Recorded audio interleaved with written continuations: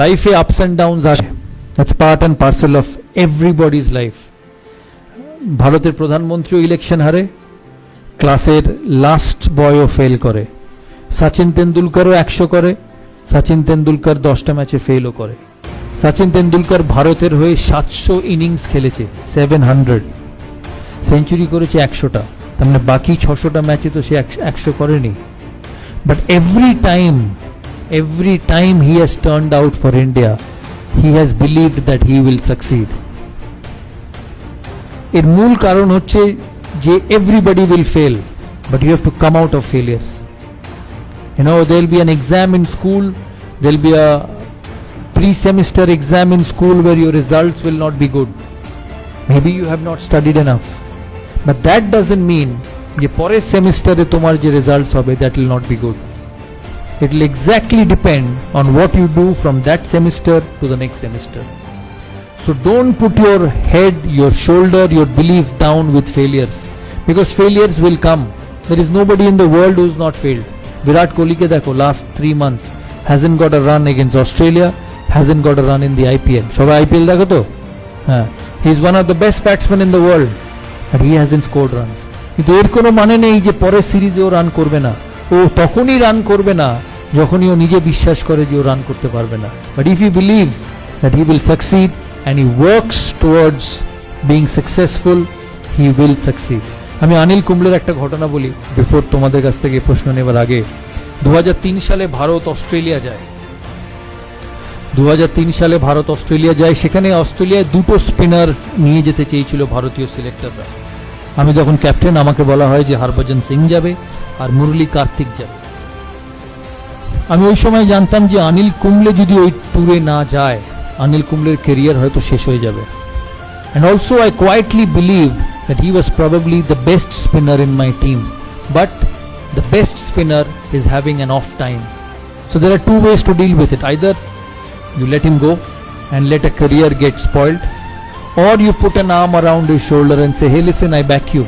আমি মনে করি যে তুমি সাকসেসফুল হতে পারো। কারণ একটা মানুষ যখন বড় প্লেয়ার হয়, বা একটা তোমাদের মধ্যে থেকে কেউ যখন 10 বছর বাদে, 15 বছর বাদে, 20 বছর বাদে সাকসেসফুল হবে, সে এতদিন ধরে যখন সাকসেসফুল হয়ে এসছে, তার মানে তার অ্যাবিলিটি আছে, তার মানে তার ভালো জিনিস করার যে কোয়ালিটি সেটা আছে। কিন্তু কোনো মানুষের লাইফের গ্রাফ এক থাকতে পারে না।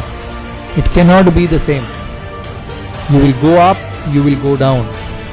But that is when a genuine leader comes in. আমি তখন সিলেকশন কমিটি মিটিং চলছে, রাত্রিবেলা সেমিফাইনালের আগে অস্ট্রেলিয়ার টিম হবে। আমাকে সিলেক্টররা বললো যে ওই 2 জন যাবে। আমি মিটিংয়ে ঢোকার আগে জনকে বলি যে অনিল কুম্বলেকে যেতেই হবে অস্ট্রেলিয়া, কারণ ও যদি না যায় his career will come to an end. John agreed. John বললো হ্যাঁ ঠিক আছে, অনিল কুম্বলে যাক। আমরা সিলেকশন মিটিংয়ে ঢুকি, 2 ঘন্টা, 2.5 ঘন্টা, 3 ঘন্টা সিলেকশন মিটিং চলে, কিন্তু অনিল কুম্বলেকে কোনো সিলেক্টর নিতে চায় না। আমি মিটিং শেষ হবার আগে অবধি বলি, যতক্ষণ না অনিল কুম্বলের নাম এই খাতায় লেখা হবে আমি এই মিটিং ছাড়ব না।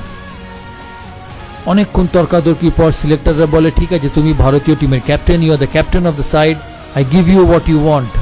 কিন্তু ভারত যদি ভালো পারফরমেন্স না করে, অনিল কুম্বলের আগে তোমার চাকরি যাবে। টিম সিলেক্ট হয়, অনিল কুম্বলে অস্ট্রেলিয়া যায়। অনিল কুম্বলে 5th টেস্ট সিডনিতে, লাস্টে, যেটা স্টিভ বল লাস্ট টেস্ট, তোমরা সবাই দেখেছো হয়তো, স্টিভ বল লাস্ট টেস্ট, ভারতকে 7 উইকেট নিতে হবে টেস্ট ম্যাচটা, সিরিজটা জেতার জন্য। আমার সকালে অনিল কুম্বলের সঙ্গে দেখা সিডনি মাঠের ড্রেসিং রুমে। আমি অনিলকে গিয়ে জিজ্ঞেস করি যে Anil, this is one of the biggest days in Indian cricket, কারণ ভারত অস্ট্রেলিয়ায় গিয়ে অস্ট্রেলিয়াকে কোনোদিন হারাতে পারেনি, and we have a chance of beating them. তখন আমি বললাম what should I do, 90 over সারাদিনের খেলা, আমাকে 7টা উইকেট নিতে হবে, এরপরে সিরিজ শেষ, how do I go about. আমাকে একটা কথা বললো যে তুমি you worry about the 45 overs from the other end, and I will look after the 45 overs from this end, because he is such a champion.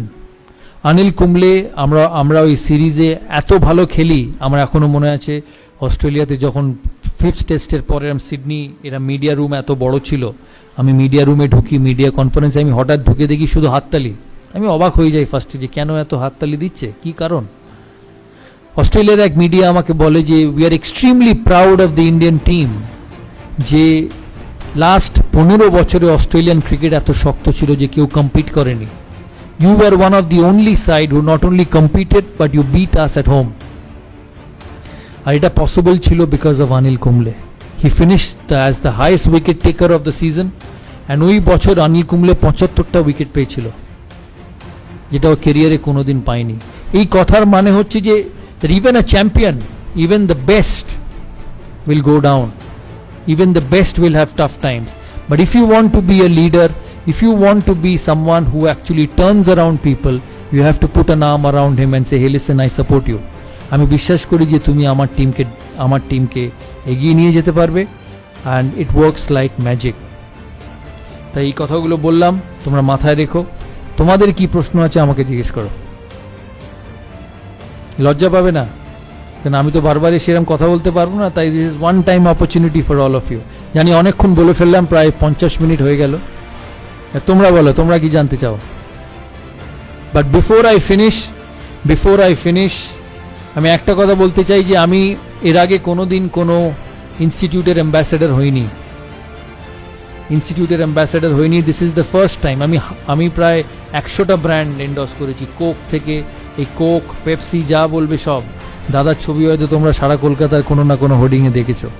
But one of the main reason of me being a part of this institute is to see your career grow.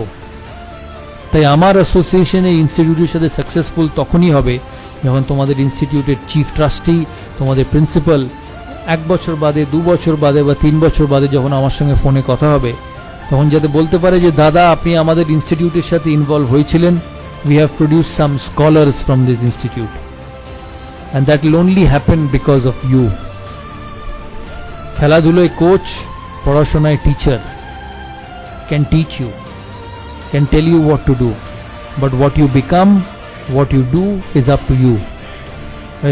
দেখবে বাড়িতে মা যখন রেগে যায় প্রায় বলে যে আমি তো ঘোড়াকে জল অবধি নিয়ে যেতে পারি, আমি তো জল খাওয়াতে পারবো না।